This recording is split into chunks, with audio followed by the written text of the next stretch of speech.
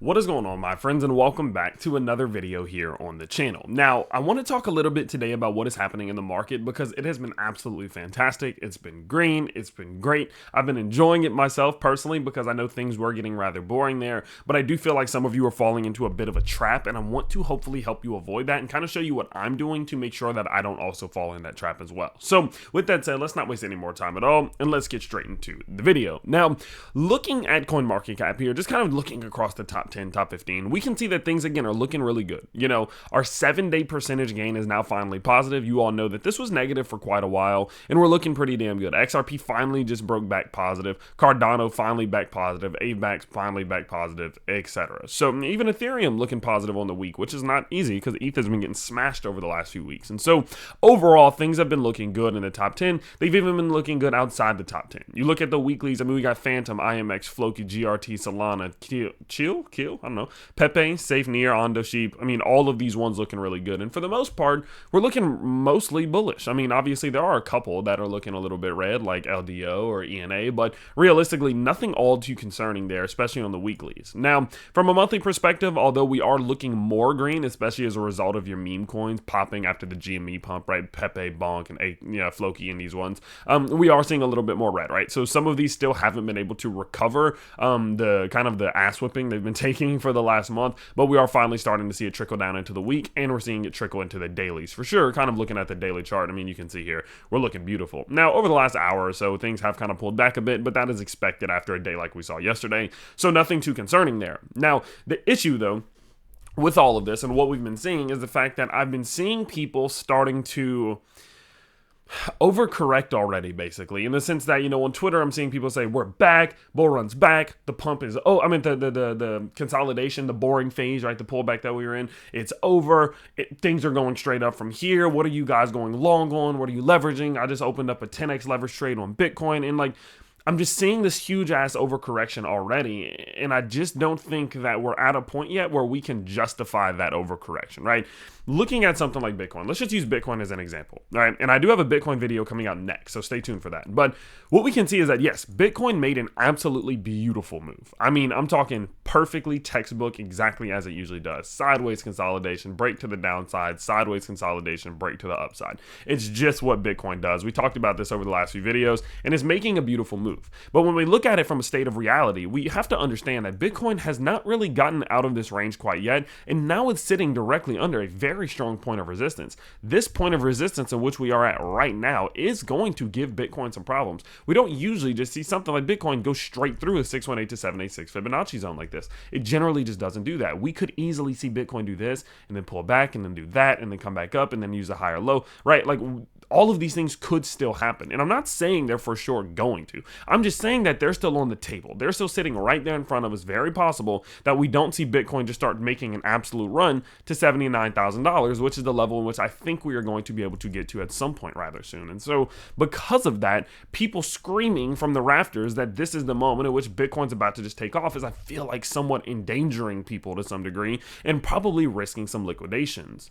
You know, what we saw was that as Bitcoin's price started to pull back, right, we started to see people to the downside getting absolutely smashed by liquidations. Absolutely smashed by liquidations. All of these people who were going long getting absolutely smashed by these. Now, what we saw was that as Bitcoin's price started to rally back here, many of these short traders who were expecting Bitcoin's price to continue down here and had liquidations between 47 and around 50K, now they're getting liquidated. And what you don't want to see happen is that this overcorrection happens, everybody starts overreacting, start going long again, then they get liquidated, right? Because that's what this market does. It's what we've been seeing. We saw liquidations here, then back down here on multiple occasions. So if you don't think that a liquidation's on the way, in which we're going to see some type of pullback at some point, you're waiting to get liquidated. I mean, you're just waiting for the trap. And so because of that, the primary focus is that, yes, this is bullish, right? And this is a good thing. Cup and handle pattern forming right there on Bitcoin. Breakout target is now back up towards these higher levels. But that does not mean we're going straight up there. And you should be, in my opinion, you should be reacting accordingly. You should understand that, yes, although this is a decent time to accumulate a little bit, right? Like doing some little buys right here isn't a bad idea. Going full in on buys and full in on leverage and getting so excited because we've had one bullish day isn't really a good idea. And I'm going to show you some of the different cryptos that I am looking at doing a little bit of buying on without going absolutely crazy. Now, before we do get into that, you guys know I do want to share with you today a sponsor, and this is called the Umoja, but we're going to call it Yoo Protocol. Now, I thought this was pretty interesting because it does tie into kind of what we've been talking about today, in the sense that it's a way in which people can start kind of capitalizing on the world of crypto without taking as many risks as they generally would see within the world of crypto. And that'll make sense in a second here. Now, they do have a couple key features, but what I want to mostly talk about is their synth tool, okay? Now, what the synth tool allows you to do is to basically be able to access and tap into certain different financial tools without taking the same risk that that financial tool would typically provide. Now, an example of that is something like a synth put and call option, okay? Now, a synth in itself, let me explain to what that is so you can get an idea, okay? So a synth, or a synthetic option, is a specialized token that replicates the functions of traditional financial instruments in DeFi strategies. They do this by participating in derivatives trading on centralized exchanges and carrying out operations within well-known protocols.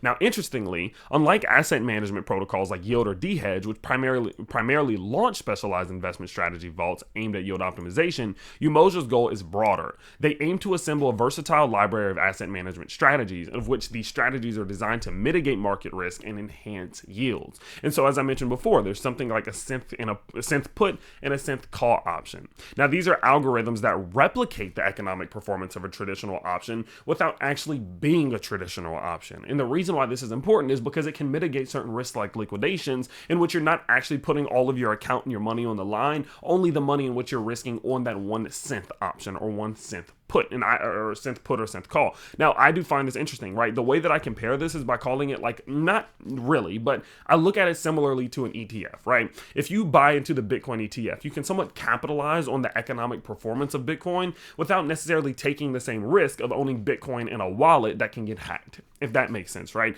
It's just a way in which you can add an extra layer of security without actually putting in the risk of capitalizing on something like a put or a call option or a hedge or whatever it may be. Now, they also have these for yields as well. It's not just that. They also have it for yields as well. You can see they have synth put options, synth call options, and yield synths, in which you can capitalize on yield and gaining yields without actually risking holding that individual asset, which does come with risk depending on what asset we're talking about. And so I did think this was pretty cool, and they do have their current IDO going on right now. You can see it's happening over on ignition.paynetwork.com, and you can go take advantage of that if you would like. I do have a link down in the description below if you do want to go check it out yourself. Of course, as I mentioned before, they are a sponsor and a partner of today's channel, but I'm sure you can see why I do think it ties in super well with my channel and the type of things we talk about, especially when it comes to mitigating risk. So make sure that you do go check that out down in the description below. But overall, as I mentioned before, let's talk about some of these different options. Let's talk about some of these different cryptos that I personally do think is a decent time to buy, but I'm not doing a lot of buying because, again, I don't want to fall into the trap. So I am buying a little bit of Bitcoin. We had this range right here. Obviously, we had this cup and handle pattern. We just broke it. I think that puts it in a decent time to buy. Realistically, I had been doing more buying down here. You guys saw HG Algo went off down here, and so because of that, I mean, I'm not doing huge buys because we are now already up on the purchases we were doing right here, but a little bit of buys right there for sure. Looking at Solana, I did buy a little bit of Solana as well. Solana just was able to break this little range that it was in, so I think it's a decent buying opportunity, right? Not the best, but definitely not the worst. We had this sideways channel that Solana had been in, and it's now broken above it, so I think that's a decent time to buy. I'm not doing any buying on Render right now personally because I was buying some Render a little bit lower down here, but a little bit more as we approached up towards the 618 to 786 bucks. But as you can see, the 618 to 786 Fibonacci range is now rejecting Render, so its price might come back down to set a higher low before looking to continue, at which point I would be looking to buy a little bit lower. Jasmy, I actually did buy a little bit of Jasmy yesterday in the middle of this pump, basically because it is holding well on top of this range that we've been studying. And in my opinion, I think now we're in a spot in which if we can see Jasmy's price clear this 2-cent level strongly, I think that we could see it clear upwards, you know, push back up to like 2.5 cents or so. And so because of that, just bought a little bit, not much, and I'll buy a little bit more if we break this level convincingly. Looking at HBAR, I did actually buy a little bit of as well. Not a lot because HBAR is performing a little underwhelmingly right now. You know, yesterday we saw a lot of green from the market, and Hedera really just didn't follow suit. We did do some buying down here because of HG Algo, and so because of that, I'm just kind of sitting on it. Bought a little bit, but not too much there. Ethereum, I'm not really too interested in buying quite yet. The reason being is that it's just not shown me that it has the momentum or the capability to break out of this channel. I mean, if we look at the macro channel there, if we look at the micro channel here, it's just not been able to clear any of these key points of resistance. And so until it's capable of doing so, it's just going to keep bouncing to the downside. Until we get a break to the upside, it doesn't really have a chance of getting any growth. And so because of that, I'm either buying on the low bottom sides, right? Like we saw right here, like the flashes for HT Algo, or I'm buying once we do get the break to the upside. Simple as that, okay? Looking at something like Chainlink, you guys know I bought a little bit of Chainlink a couple days ago, and that purchase is doing well. Dot, I haven't bought any Dot quite yet. Phantom, I did actually do a little bit of buying on. I bought a little bit of Phantom yesterday as well. You guys saw that video I posted a couple days ago about the 9 cryptos that I had just bought. Phantom was one of those. It is doing pretty good. I'm honestly pretty happy with this. Phantom obviously had the sideways channel that it had been in since the beginning of April. Resistance was sitting right around 0.79. We're currently at 0.8, so we are slightly above this point of resistance. If Phantom can convincingly break this previous point of support that flipped into resistance, if it can convincingly break 0.8, then I think we're in a spot where we can see Phantom continue upward, so I would buy a little bit more there, but we're just not there quite yet. So I bought a little bit, but not a lot just then. And so I'm sure you can start to see what I mean, right? I'm not going to keep going down the list, but I think you can see what I mean in the sense that a lot of these different cryptos, although they are looking good, right? They've made decent moves. They've not made convincing moves yet, right? This was just enough to get them back in the ballpark, right? We haven't really started to gain momentum yet. And so because of that, yes, I am doing some little buys, but I'm not doing huge buys yet until we can get a little bit more convincing price action. And of that price action, I will, of course, update you consistently as it does play out, guys. You guys know I like to post videos 3, 4, 5 times every single day talking about Bitcoin, Solana, Render, Jasmine, Hedera, and much more. So if you do enjoy these videos, if you do think that they're helpful, please let me know down in the comment sections below, as well as liking this video so more people see it. But with that in mind, guys, that is going to be about it for today's vid, and I will see you all next in a Bitcoin video, then following that up with the Solana video. So stay tuned for that, and I'll see you all next time. Peace out, everybody.